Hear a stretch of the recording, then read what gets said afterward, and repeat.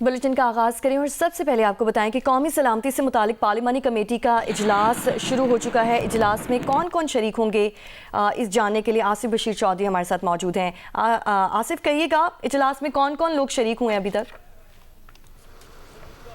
जी, इस वक्त parliament house में पूरे पाकिस्तान की सियासी और अस्करी क़यादत मौजूद है। वज़ीर आज़म पाकिस्तान मौजूद हैं, चारों सूबों के जो गवर्नर हजरात हैं, वज़राए आला हैं, वो मौजूद हैं। आज़ाद कश्मीर के वज़ीर आज़म मौजूद हैं, गिलगित बल्तिस्तान के वज़ीर आला मौजूद हैं। इसके अलावा जो हमारी सियासी जमातें हैं उनमें PTI के अलावा तमाम पार्लिमानी जमातों की लीडरशिप मौजूद है। वज़ीर आज़म पाकिस्तान मौजूद हैं, बिलावल भुट्टो ज़रदारी मौजूद हैं, मौलाना फजलुर रहमान मौजूद हैं। इसके अलावा बड़ी तादाद में जो मुख्तलिफ़ सियासी जमातों के आला रहनुमा हैं वो मौजूद हैं। एहसन इकबाल जो हैं वो मौजूद हैं।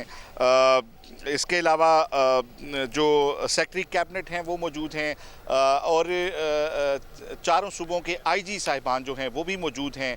इसके अलावा दीगर हुकाम भी मौजूद हैं और जो अस्करी क़यादत है, आर्मी चीफ़ जो हैं वो मौजूद हैं, DG ISI जो हैं वो मौजूद हैं और DG मिलिट्री ऑपरेशंस जो हैं वो भी जो हैं पार्लियामेंट हाउस के अंदर मौजूद हैं। इस अहम इजलास का जो है ये अहम जो इजलास है जिसमें आज मुल्क की जो सिक्योरिटी सिचुएशन है, सलामती की जो सूरत हाल है, उसके बारे में अरकान पार्लियामेंट को एतमाद में लिया जाएगा और उसके बाद जो सियासी लीडरशिप है वो इस सिक्योरिटी की सूरत हाल पर अस्करी हुकाम से सवालात भी करेंगे।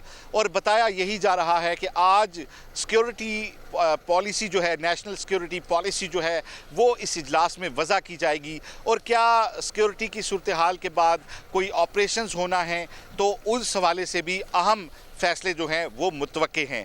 तो इस वक्त ये इजलास जो है वो शुरू हो चुका है और ऐवान के अंदर जो हमारे ज़राए मौजूद हैं उन्होंने हमें ये कंफर्म किया है कि जो सिक्योरिटी हुकाम हैं वो इस वक्त मुल्क की जो सिक्योरिटी सूरत हाल है, जो इंटरनल सिक्योरिटी है और जो बॉर्डर की सिक्योरिटी है, उसके ऊपर अरकान पार्लियामेंट को जो है वो ब्रीफिंग दे रहे हैं, जिसके बाद जो है सवालात जवाबात का सिलसिला होगा और उसके बाद जो है पॉलिसी की फार्मूलेशन का मरहला जो है वो आ सकेगा। ठीक है आसिफ बशीर चौधरी, गाहे गाहे हम आपकी तरफ आते रहेंगे, मालूमात लेते रहेंगे। कौमी सलामती की पार्लिमानी कमेटी के इजलास का एजेंडा क्या है, कार्रवाई कैसे चलेगी, जानेंगे। नुमाइंदा जियो न्यूज़ वकार सत्ती हमारे साथ मौजूद हैं। वकार, कहिएगा कौमी सलामती से मुतालिक पार्लिमानी कमेटी के इजलास का एजेंडा क्या है?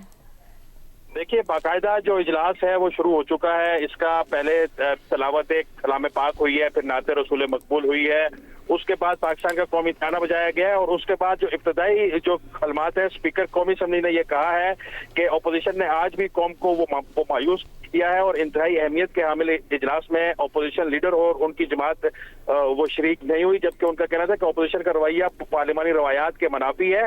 अब इसके बाद वज़ीर आज़म जो है इब्तदाई वो खिताब करेंगे और उसके बाद अस्करी वो क़यादत की तरफ से ब्रीफिंग दी जाएगी बलोचिस्तान में और KPK समेत मुल्क भर में जो दहशतगर्दी की वारदातें हैं, तहरीक तालिबान पाकिस्तान की कार्रवाइयाँ हैं और अस्करियत पसंद जमातें और दहशतगर्द तंजीमें जो बलूचिस्तान में कार्रवाइयाँ कर रही हैं, उसके ऊपर शेर हासिल वो ब्रीफिंग दी जाएगी और उसके बाद जो अस्करी क़यादत है वो पार्लियामेंटेरियंस के उस सवालों के जवाब देंगे। इस इजलास की अहम बात एक ये है कि 100 से ज़ायद पार्लियामेंटेरियंस को दावतनामे दिए गए थे, जिसमें बलूचिस्तान से ताल्लुक रखने वाले अख्तर मेंगर जो मुस्तफी हो चुके थे लेकिन उनका इस्तीफा कबूल नहीं किया गया, महमूद खान अचकज़ई को दावत दी गई थी लेकिन कोई भी अपोजिशन का रुकन जो है वो शामिल वो नहीं हुआ। ना महमूद खान अचकज़ई आए हैं, ना अख्तर मेंगल आए हैं, बल्कि सिर्फ तहरीक इंसाफ के वज़ीर आला KPK जो है वो भी बतौर वज़ीर आला यहाँ पे वो शिरकत कर रहे हैं। अपोजिशन लीडर उमर अयूब समेत अपोजिशन का कोई भी जो रुकन है वो इस अहम तरीन इजलास में शरीक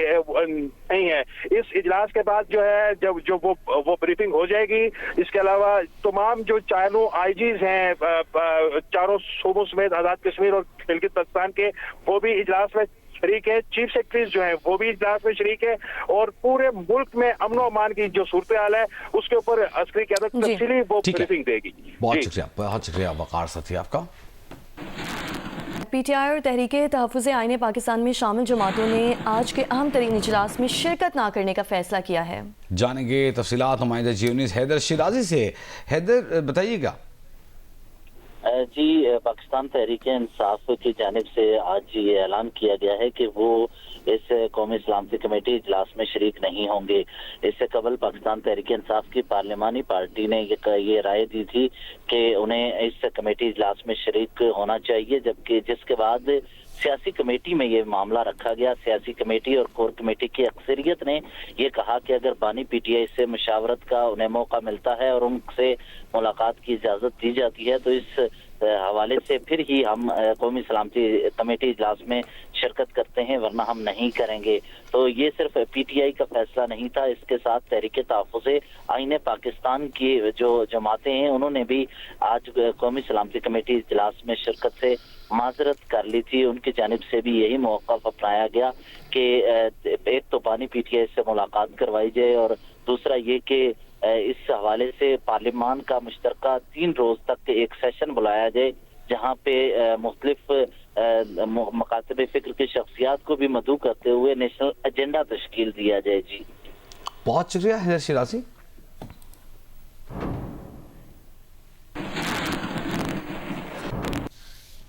بلوچستان کابینہ نے ضلع کچھی کے علاقے میں جعفر ایکسپریس اور نوشکی میں دہشت گردی کے حالیہ واقعات کی مذمت کرتے ہوئے ان میں بر وقت اور فوری رد عمل دینے پر سیکورٹی فورسز کو خراج تحسین پیش کیا ہے۔ کابینہ کا کہنا تھا کہ سیکیورٹی فورسز نے فوری کارروائی کر کے بلوچستان کو بڑی تباہی سے بچا لیا۔ کابینہ نے علماء کی ٹارگٹ کلنگ پر اظہار تشویش کرتے ہوئے عوام کے تعاون سے ملوث عناصر کے کلا کما کا عزم بھی کیا۔ بلوچستان کابینہ نے chief minister youth skills development programme کو سیلز ٹیکس سے مستثنی قرار دے دیا۔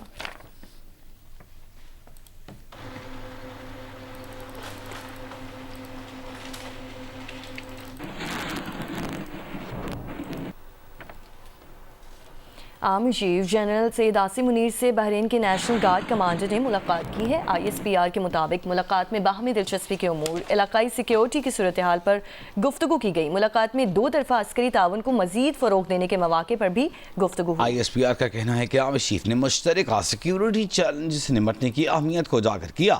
آرمی چیف نے خطے میں امن اور استحکام کے فروغ کے لیے تعاون میں اضافے کی اہمیت کو اجاگر کیا۔ بحرین کے نیشنل گارڈ کمانڈر نے پاکستان کے مسلح افواج کی پیشہ ورانہ صلاحیتوں کو سراہا۔ بحرین کے نیشنل گارڈ کمانڈر نے پاک فوج کی دہشت گردی کے خلاف کوششوں کی بھی تعریف کی۔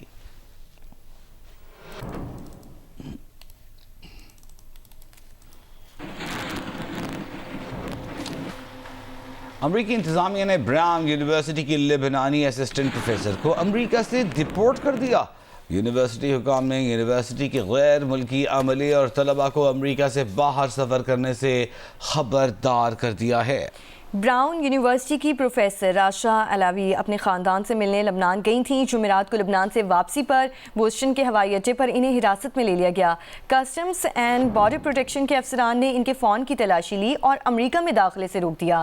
ایک وفاقی جج نے راشا کو 48 گھنٹے تک امریکہ میں رہنے کی اجازت بھی دی، جسے کسٹمز اور بارڈر پروٹیکشن نے نظر انداز کر دیا۔ یونیورسٹی حکام کی جانب سے ایک بیان میں کہا گیا ہے کہ واقعے سے متعلق جائزہ لیا جا رہا ہے۔ امریکی محکمہ خارجہ سے مزید معلومات حاصل ہونے تک یونیورسٹی کا غیر ملکی عملہ اور طلباء امریکہ سے باہر سفر کو ملتوی یا مؤخر کرنے پر غور کریں گے۔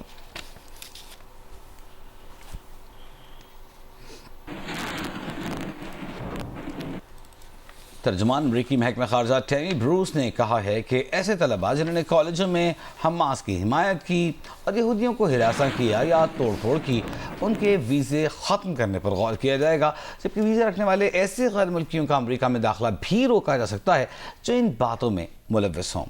ٹیمی بروس نے یہ بات محکمہ خارجہ میں پریس کانفرنس کے دوران کہی۔ اور اب آپ کو بتائیں، بحیرہ عرب کے ساحل کراچی کی ایک سڑک انگریز دور میں میکلوڈ روڈ کہلاتی تھی، لیکن آج یہ سڑک ملک کے سابق وزیر اعظم آئی چندریگر کے نام سے موسوم ہے۔ 2 کلومیٹر لمبی سڑک ملکی معیشت کی دھڑکن ہے۔ پارکنگ اس سڑک کا مسئلہ عظیم بن چکا ہے اور اس مسئلے کا حل سرمایہ کاری اور سوچ کے زاویے کو بدلنے میں پنہاں ہے۔ ریاض اینٹی کی رپورٹ۔ کراچی کی مصروف آئی چندریگر روڈ پاکستان کی وال سٹریٹ ہے۔ یہ 2 کلومیٹر طویل سڑک ملک کے مالیاتی شعبے کے دل کی دھڑکن ہے۔